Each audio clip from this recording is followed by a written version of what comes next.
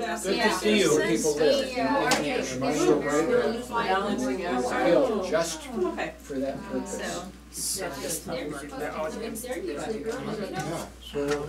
Hey, hi. How's your student? Okay, Doc. Hello. Well, Mohammed over there is a medical student. He's here from Gaza, and he grew up in Khan Yunis, where there was a lot of violence, but his family had a medical clinic. So instead of being violent, he actually carried people, wounded people, to his family clinic. And not only that, but when he was young, he had the opportunity to go to Israel and meet other teenagers when he was like 13 or 14 years old. And so because of that early childhood experience he had, he made the decision that his life was going to be about healing, he's going to be a doctor, and about building relationships, dialogue. So that's a wonderful story of Mohammed over there. Is this the right day? It's the right day. Yeah, you remember. Nice seeing you, my friend. Last April, I suddenly went to the hospital with a blood clot that almost killed me, scared the heebie-jeebies out of me. And when I got home, there was the biggest, most beautiful bouquet from Elias. And funny. For a beautiful And woman. funny. And I knew that I mattered to them. And oh my God, it mattered a lot to me. Came from the heart. No, it's him. How are you? We're good. How are you? Good to see you. Good to see you Habibi, too. Habibi, that's it. Just for the camera, you know, I don't love you that much. By nature, it's a me culture. Everyone is concerned about how much can they get and how far they can advance themselves, and everything else is secondary. It's a self-centered society, and a lot of people, you know, to sound nice, they will say a lot of nice things, or you know, like those poor people in Africa, or this and that, and oh, you know, those poor Palestinians, and or whatever the case may be. But they, when all's said and done, and the heat is off, so to speak, off them, they just go back to, you know, accumulating more material things, and just back to what they can get for themselves and their immediate family.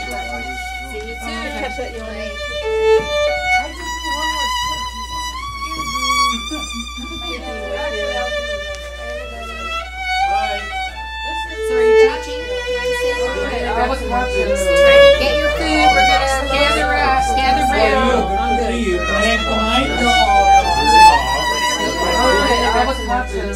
Get your food. We're gonna gather around.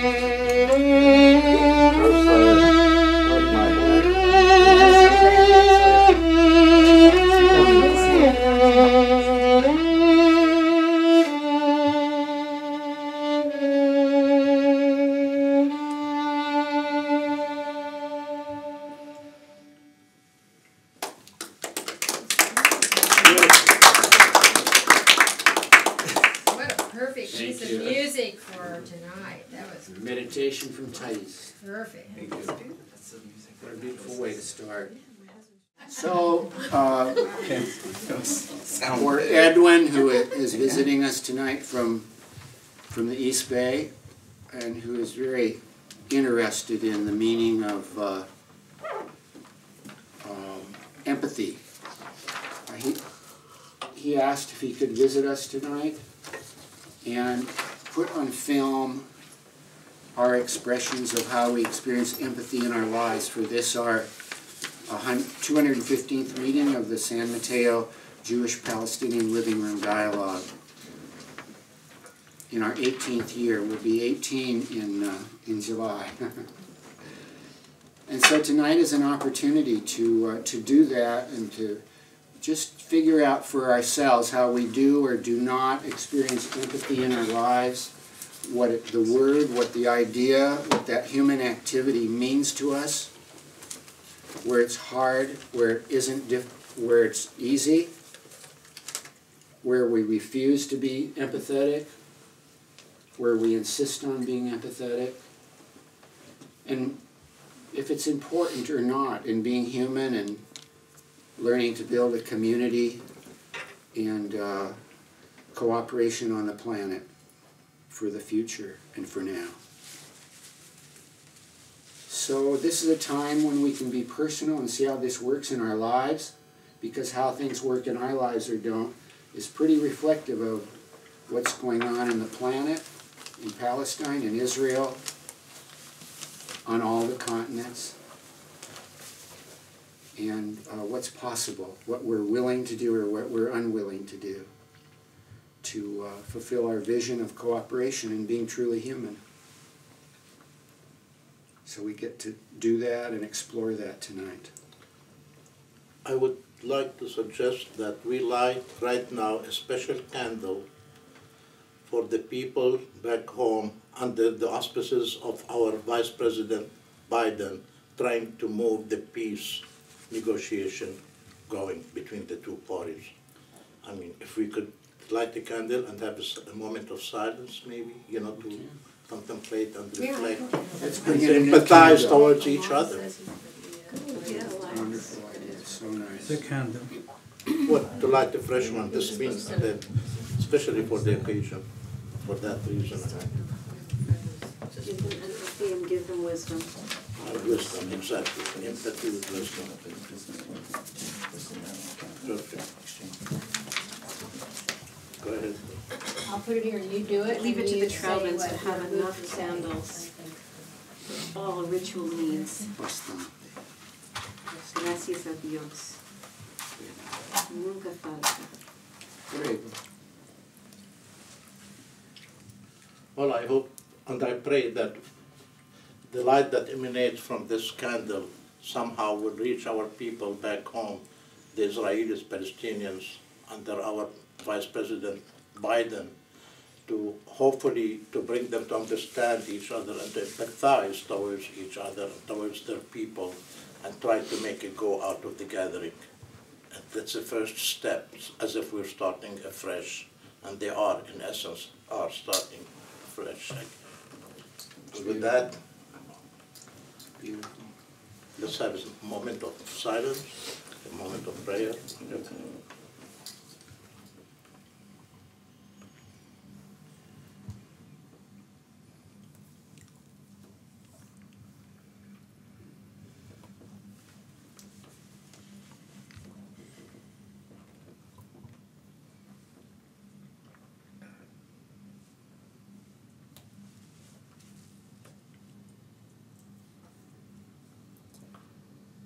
Amen. Thank you, Elias.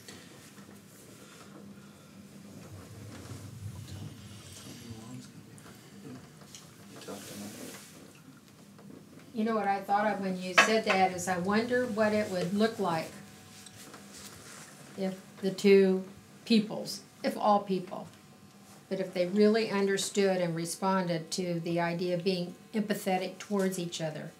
I wonder what that means and what it would look like if that could happen.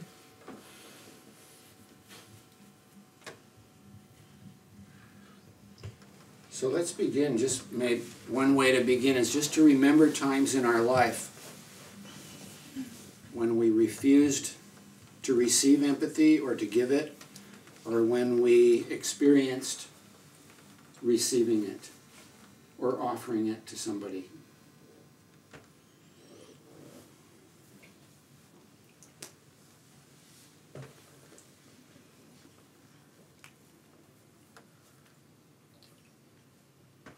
I wonder if we should define it.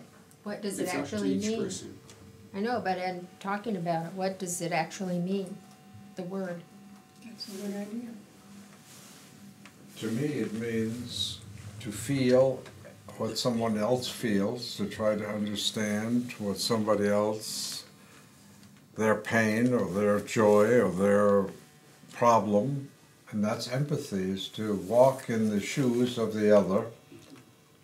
And I think the Indians had a saying about you don't know what it's like until you're in their moccasins. Isn't that something like that?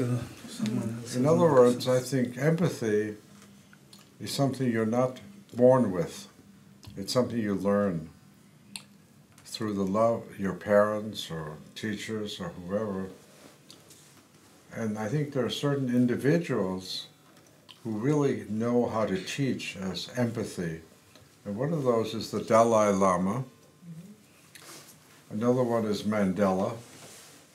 Another one is Bishop Tutu of South Africa. And I think it's through the example of people we meet that we learn empathy.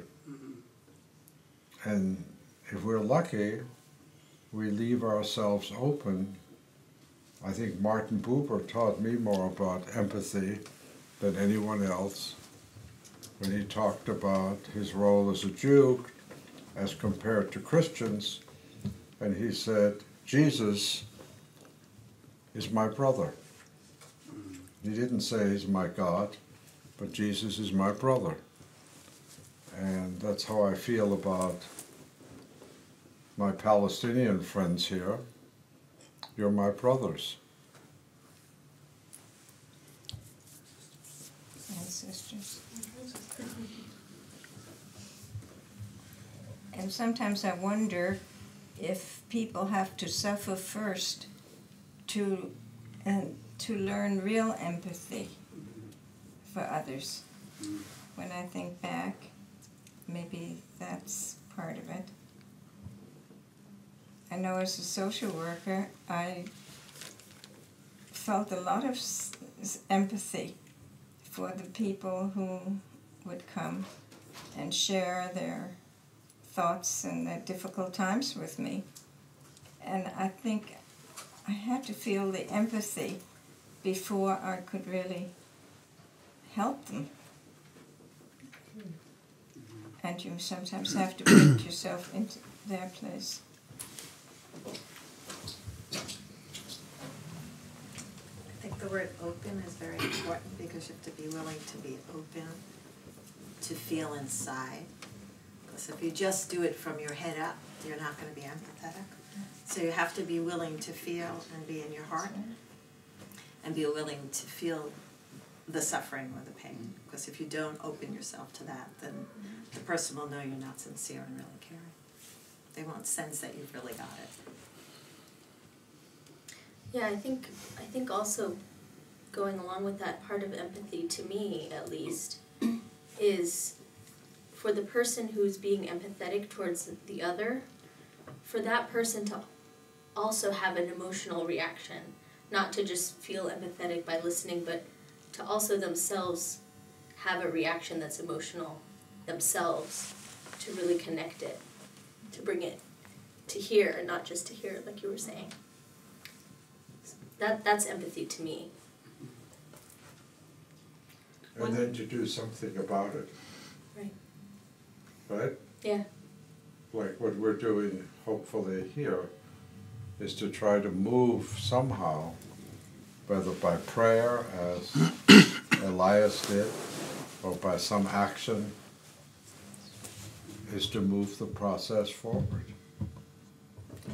One of the things I wonder, you know, a lot of our stories are of people we know who have suffered a lot.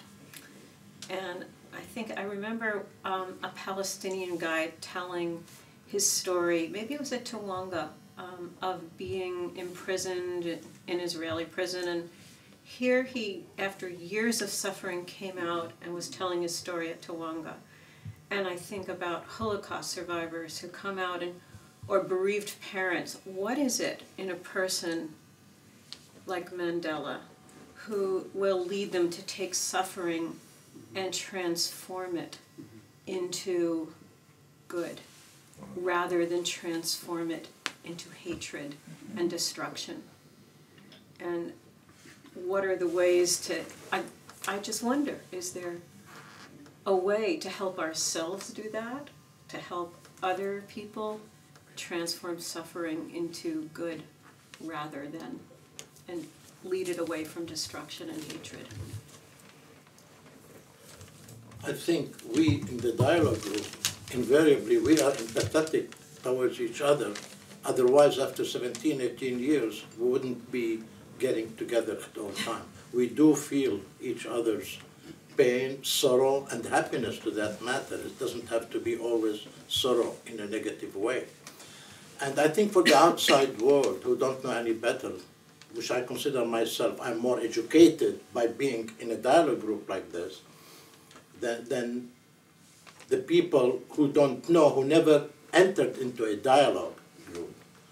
And I think I can't help it but to remember that article that Len sent me, and they sent it, I guess, to many of us at the end, that came in the New York Times, I think, about Elias Khoury, who lost his son to I don't know how he got killed, somehow his son.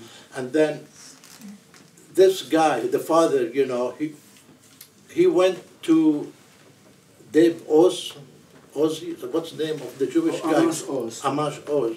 And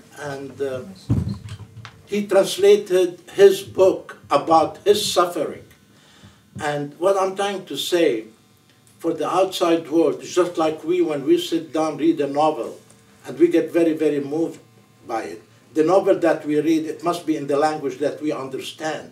And what I'm saying now is it's very important to be able to speak the other person's language, to understand that person.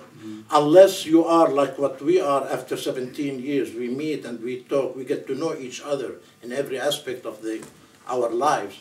And for the importance of being able to learn, to read in his own narrative the other person's life, whether it's sorrow or happiness, in order to be able to share it and in order to be empathetic towards that person.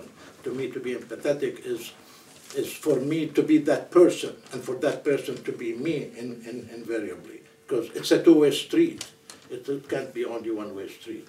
I mean, if it's one way, it'll be a charity. You know, I feel your sorrow, I'll give, you know, whatever it is, I'll donate to you, and I move on with my life without any feeling, without any emotions. In empathy, you have the two, the mind and heart involved in your action towards that person or group of people. This morning, Elias, when I opened the New York Times, Oh, yeah. was the story of Mr. Curry. I brought it Okay, tonight. yeah, maybe you and can if tell you it hadn't better than mentioned I was it, able to. I would have mentioned it. His son was killed in a terrorist, or at least in an attack, what's called a terrorist attack, whatever you want to call that. And his son was killed, and then he decided to have Amos Oz's book on his suffering translated, and it was in today's paper. It would be interesting to know how people react to this. You know, we won't know, but it'd be interesting. The reaction here is probably that Mr. Curry is a hero, that he's a great human being, that he has empathy, and so does Amos Oz, we know about that. But there are people who will probably not agree with this. Well, if I understood it correctly, though, Pardon me? if I understood it correctly, the Palestinian son was not killed by a Jew, an No. Israeli. He was He killed was by a killed Palestinian, that's right. who shot him thinking he was A a Jew. Jew. Mistaken He was identity. shocking It was him. He mistaken shocking. identity. He was. And They shot were him by mistake. right. And they said they were sorry. Yeah. Yeah, So that's what makes it kind of a very interesting right, story. right. My own experience of empathy is it caused me to think of my mother because my relationship with her was the longest period of time in my life when I had I could not really gather empathy for another human being. I just refused to, and it came from, during my childhood, she and my father divorced. And I think it had to do with being a child and being immature, so I kind of picked a person to blame. And I picked her because her emotions were more visible, more palpable, and she could turn her emotions on me also because my father wasn't available to be receptive to her emotions or present. So then when I left home for college, and I had experienced a lot of her dark emotion, although she was always for me and supportive of me, and I always went home on my vacations from Cal to be with her. There was something underneath it, like when I left, my dog got sick, and she put my dog to sleep without asking me or telling me. And there were just some really things that just got me. And for a number of years, I just could barely get myself to phone her or write to her, and just months would go by, many, many months, without me communicating with her at all, and I'm sure that really hurt her. And she never understood, and I never really understood. Until Libby and I were married, and we started understanding about each other's stories. And I actually wrote about my life, and I wrote about my mother's life. And I actually thought about each step of her life and her life with my father and what it must have been like living with him not being a really great listener or understanding what human emotions were about, and how frustrating and hurtful that must have been for her. And it wasn't until I could really grow up and think about her story and that I began to empathize with her. But it was, I think it was partly also because she was supposed to have been the adult. She was supposed to have been the more powerful person, the more aware person, the parent. And I was the child.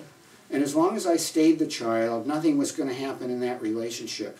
So in a way, I had to become the adult and actually understand her story, empathize with her, and I expressed to her that I really understand her life, and it was a great coming together of our relationship. So for me, empathy was growing up, getting away from being the victim in my own family, and having to be the adult, and understanding what empathy was, and it was a great relief. It unweighted. It took a great weight off my heart and my shoulders.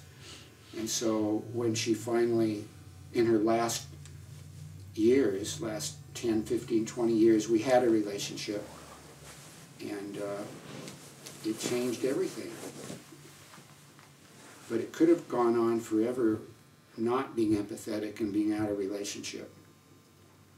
So that's how I personally experienced it. It was hard.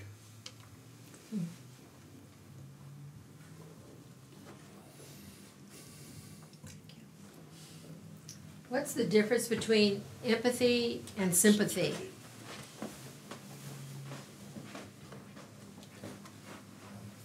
I think that's, well, sympathy is feeling sympathetic for somebody as like, it's more of a... Feeling sorry. Well, feeling sorry, pity, I was thinking, yeah. Yeah. And then empathy is just really getting inside them and understanding how they're feeling. More. Identifying with the other person. Yeah. How they feel.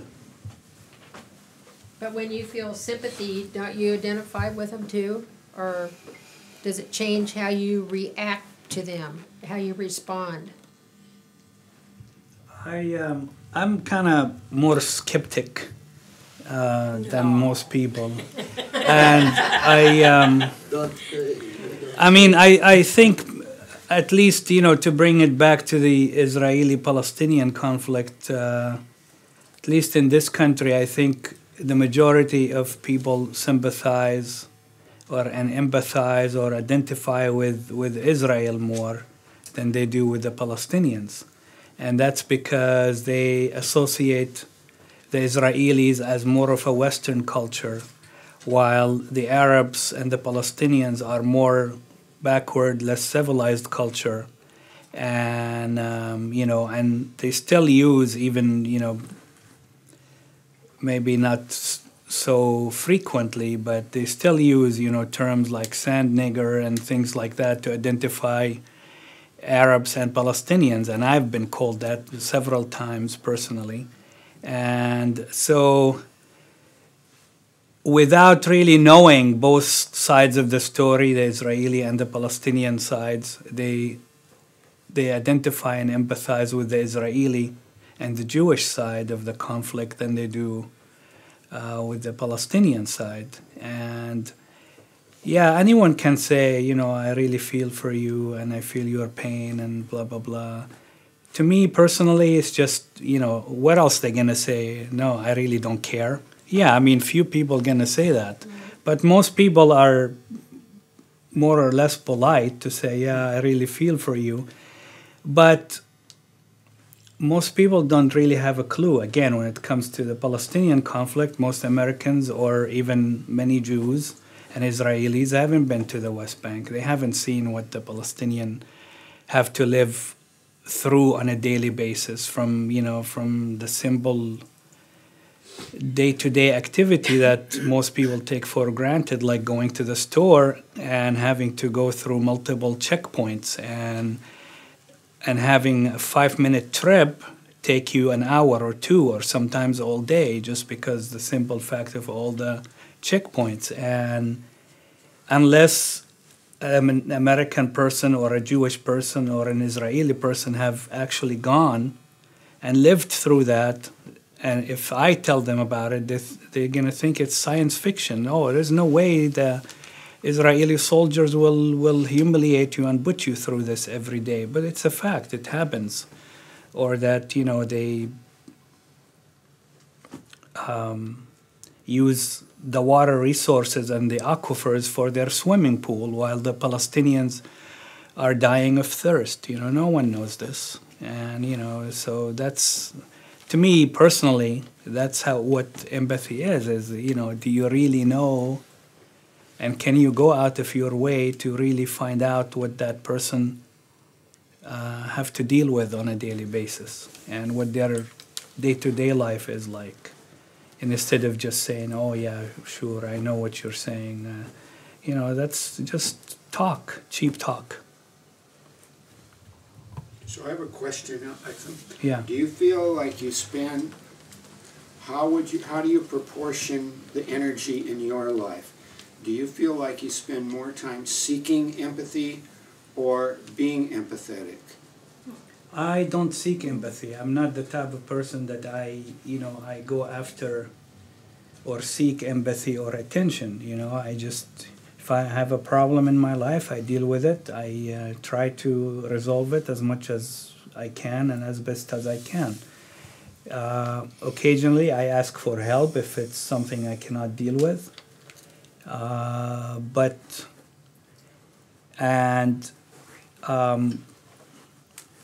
I try to get empathy, but I would not, I try to give empathy, but honestly, I don't think I would say that I am the most empathetic person. I'll give you an example, a case in point. When the tragedy happened in Haiti, I wasn't really upset, but you can say almost upset for the simple fact that, the Palestinians have been going through tragedies and disasters for 60 years. And no group of musicians or TV stations have went to cover that and raise money for them, okay? But the minute that, people have said, I can't remember who now, but somebody had said if the Palestinians were black, then this problem would have been solved long time ago as an apartheid and as a racist issue. But since the Palestinians are not black, no one think of it as apartheid 100% or as racism. So, and to compare it to Haiti, you have a nation that's mostly black, that's suffering, and the whole world rise up, especially the United States. You see program after program trying to raise money and donations and this and that. Where were all these generous people when Gaza, and still, Gaza is still under a continuous blockade, and people are dying from lack of basic foods and water and medicine, okay? It's still under Israeli blockade and Egyptian blockade. How come no one is raising money for those people? Do they not count? I mean, yeah, sure, one is a natural disaster, the other one is man-made disaster, which in my mind, it's more controllable. At least a man-made disaster, you can do something about it. Whereas you cannot prevent, for the most part, a natural disaster. You were talking about Haiti. Right. What was your response again to Haiti? My response is kind of frustration, not understanding, and said, yeah, okay, I understand these people need help and so on, but how come nobody did anything when Gaza was attacked by Israel in 2006, or when Lebanon was invaded by Israel in 2006, I believe it was, and 1,000 Lebanese civilians were killed by Israel, were bombarded by Israel. Nobody stood up and raised money in the United States. No one cares about these people. But the Haitians, maybe because they're in the Western Hemisphere, or maybe because they're black, or whatever the reason may be, everybody's all of a sudden is, wants to help them and do some, as they should, and help these people and raise money for them. And but how come no one does anything to the Middle East? Aktam, Yeah. To bring it back to the empathy here, what you're saying in essence, ignorance has a lot to do with empathy. If I don't know anything about you, how could I feel empathetic towards you? I agree with you 100%. It's the fault of the media, maybe, for It's not just ignorance. It's educate. Well, I put it mildly as ignorance. It's identifying with the people with the people you can relate to. People from your background or race or your half of the planet, the western half of the earth. Yeah, but you can educate the people. You could tell your story to Eric, to Len, whatever, and then they become aware of it, and then it's up to them to feel empathetic or not. But if they don't know anything about your story or my story, they're going to be very indifferent. And so, in essence, I mean, going back to focus back on the empathy, it's education in essence. It's to learn about that thing, and that's like the example that Eric has. That article is the guy had to translate it for people to be able to read about it. Right. Otherwise, if it is written in Hebrew, I mean, I don't speak Hebrew. I'm not going to be able to know the story, to feel positive or negative, to be empathetic or non-empathetic about it. So it is, in a way, the education, and it is the media, the means. I'm not sure, I shouldn't say the media, the means. And unfortunately, I can see your frustration. I'm with you on that. Unfortunately, the media, in many, many ways, when it reports the news, especially about the Middle East, it's, in many ways, it's biased. Somehow, biased, yeah. It brings up one side of the story more than the other. I know it, you know it, he knows it, and every other Jew deep in their heart, they know the fact. And that is not how they're going to save Israel, by hiding the truth of what is happening. They know it, and we know it. But that's not part of empathy. The main thing is to feel empathetic. For them to feel empathetic is to understand the real situation, not just the propaganda that they were brainwashed with. And so empathy doesn't come out of nowhere from the skies. It has to have a foundation to it. And it's up to us as human beings to bring that to the other side. Some people know. Ellen?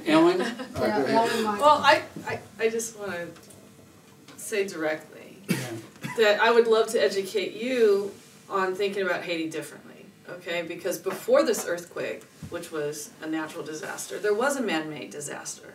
It's called the country of Haiti. Right. Okay, so that country was neglected way before this earthquake. The UN's already starting to pull some of their forces out. So the darling that it was, in the sick, twisted way for the media, is now starting to wind down. So it's going to go to the way of many other disasters. Katrina. Right. So don't use color.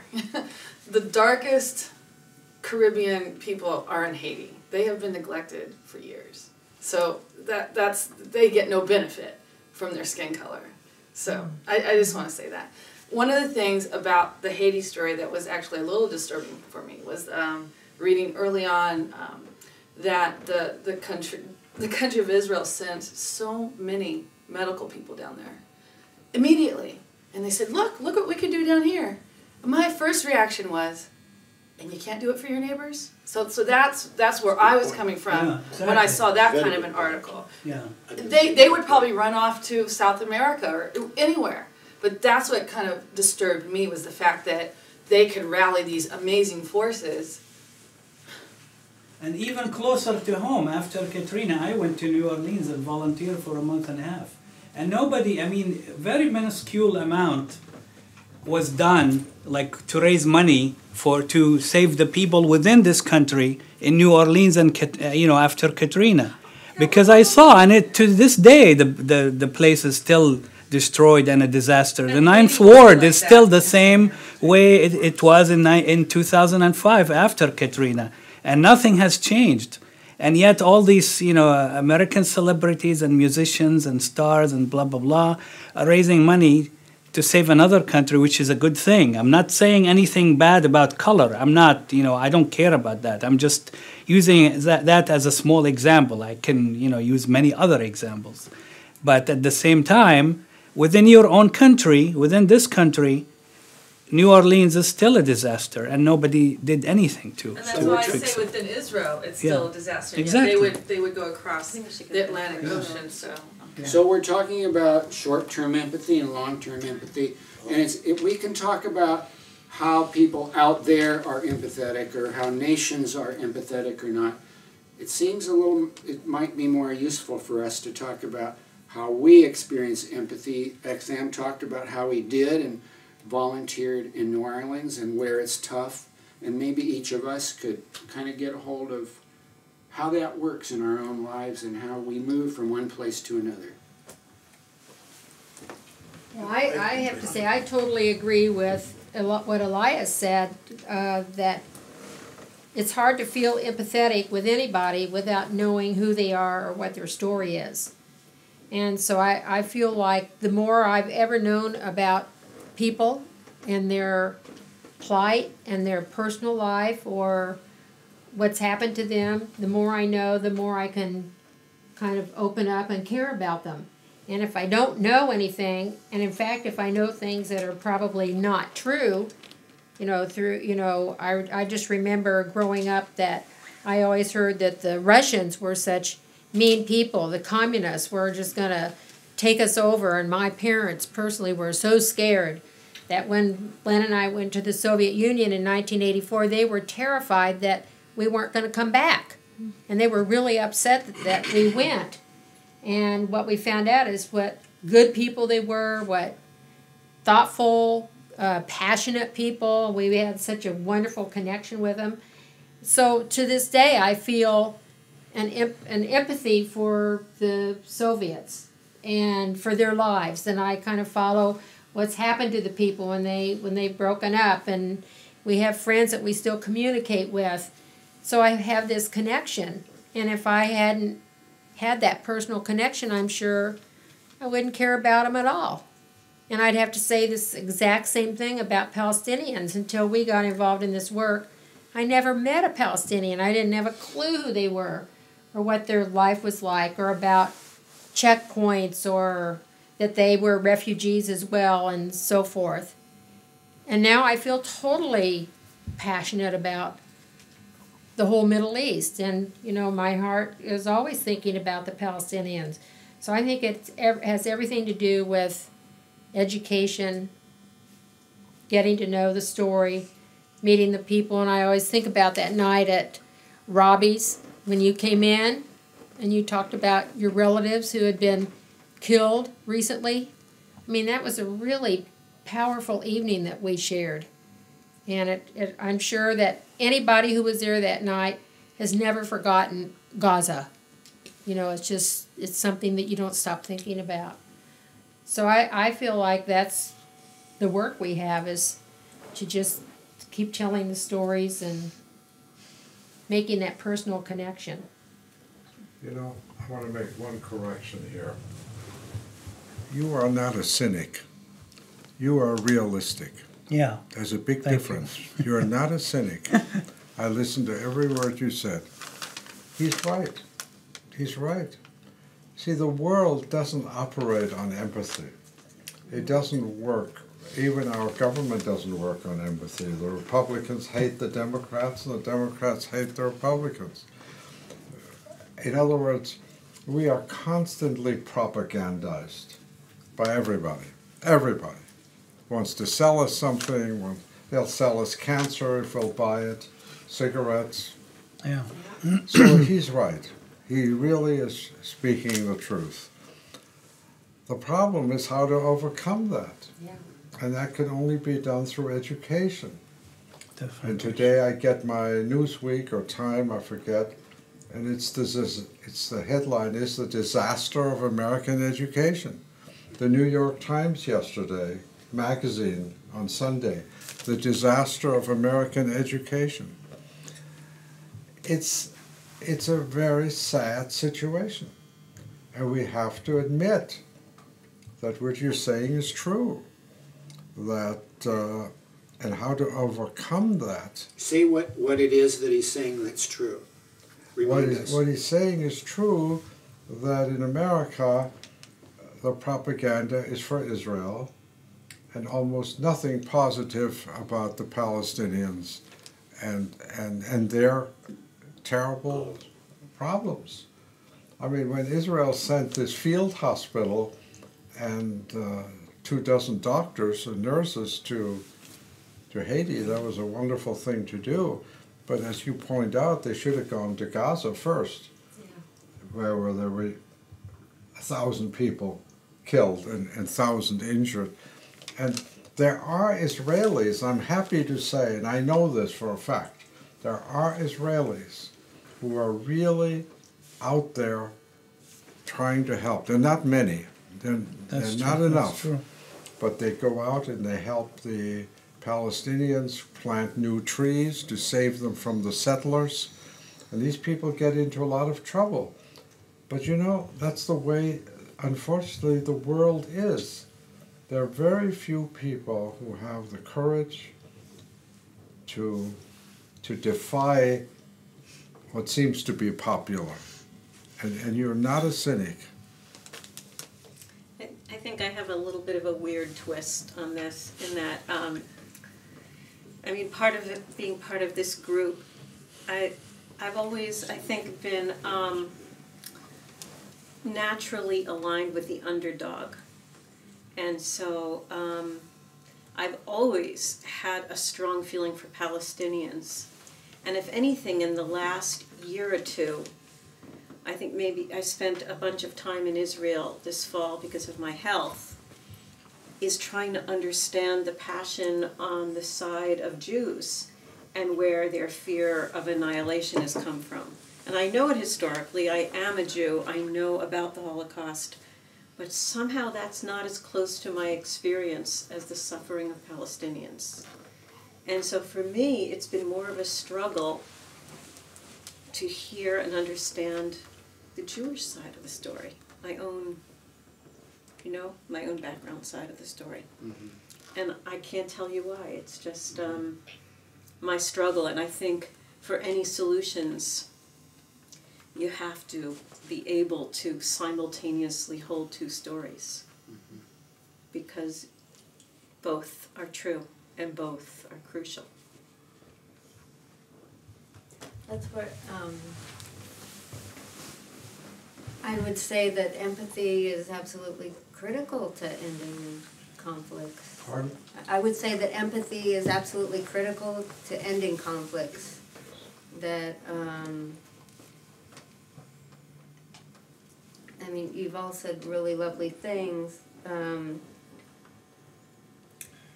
I think we can make a decision to be empathetic, and it does require it does require knowledge of another people. It requires giving up where you might hold resentments or hurts to a group of people that you've been severely disappointed by or have done, very bad things. The world may not operate in that way, but it doesn't mean it couldn't or shouldn't. And I grew up, as long as I can remember, I was extremely empathetic, probably to the point of not being very healthy for me. And I'm always, that's kind of been a theme for me my whole life, of trying to communicate that to other people, that, every creature and person really is very deserving of good attention and safety, and it's interesting the comparisons and upsets about Haiti and Palestine. Haiti has a tremendously long history of being colonized and oppressed people, and it usually doesn't get any attention whatsoever. That kind of competing for, it's a kind of a holding on to our disappointments in a way, or our discouragements, that I think gets in the way of us trying to be empathetic to another group of people. And we can all seek out information, and I think it's important that we do it. We can do it.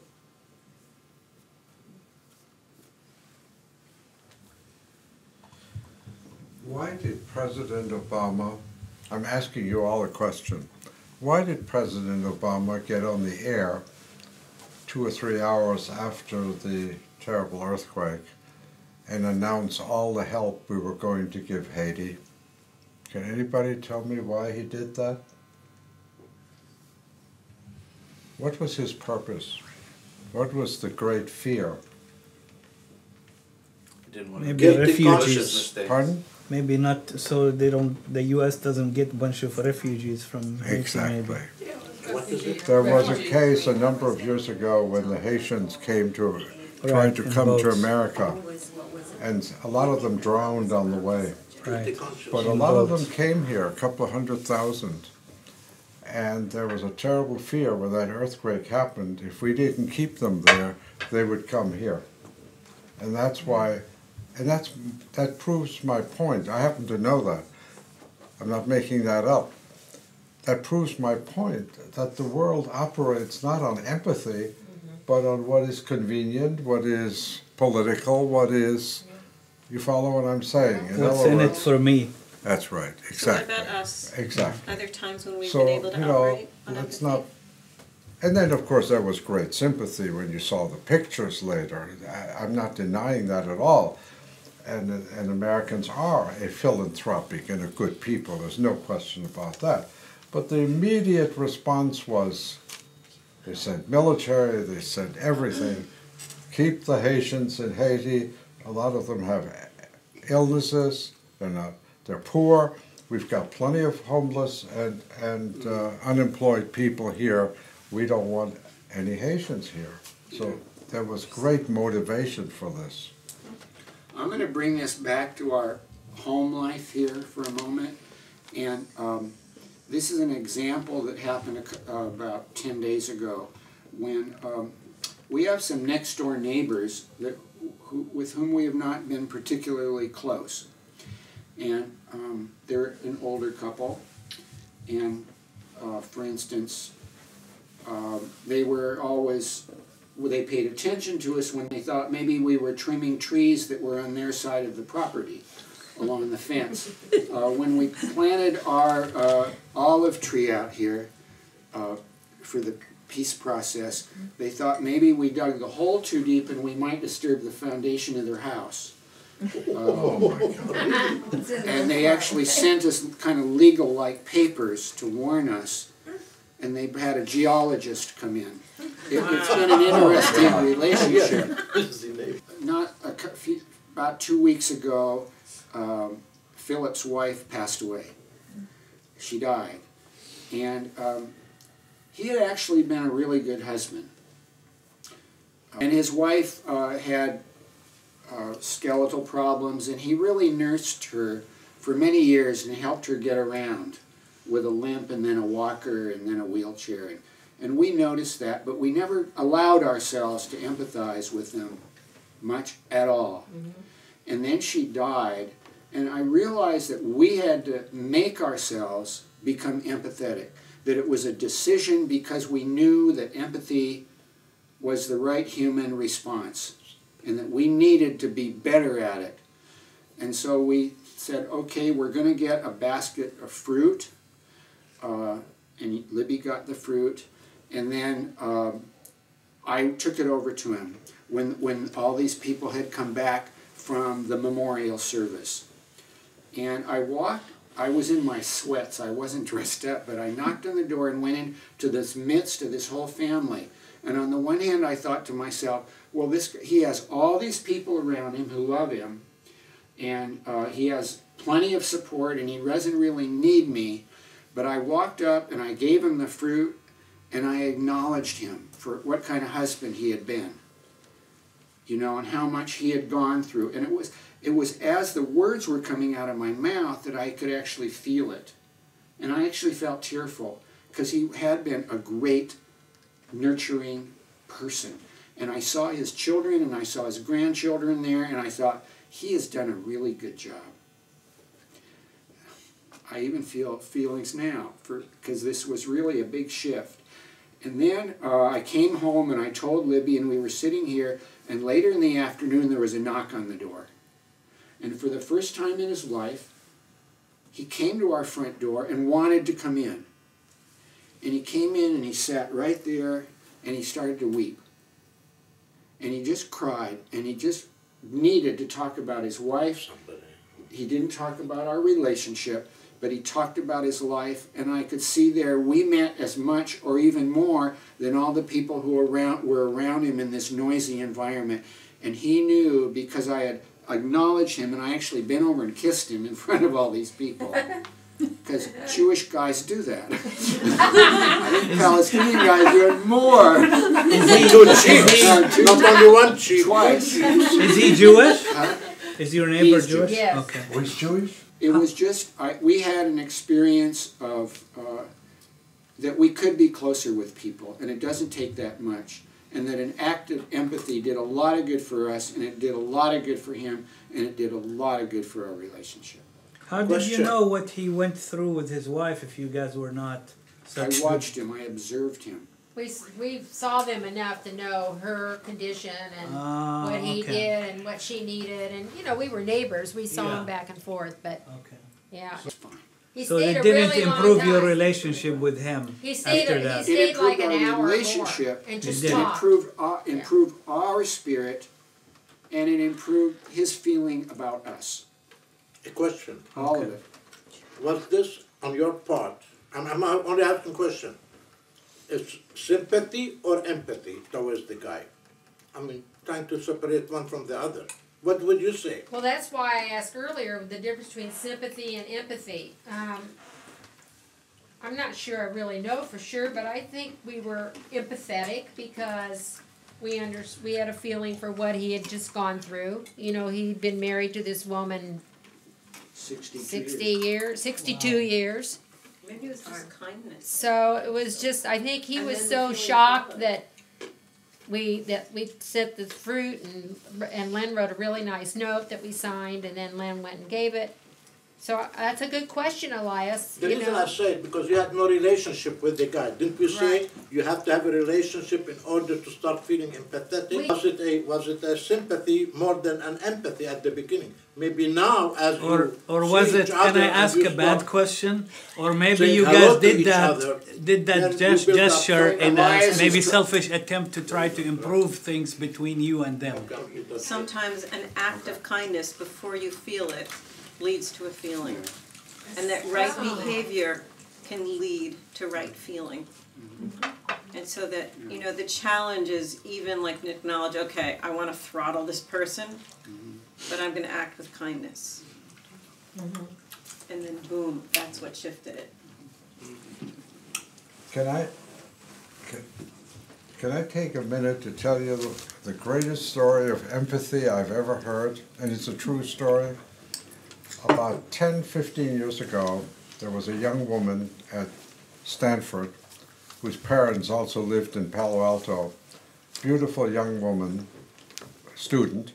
She decided to go to South Africa to work for an end to apartheid.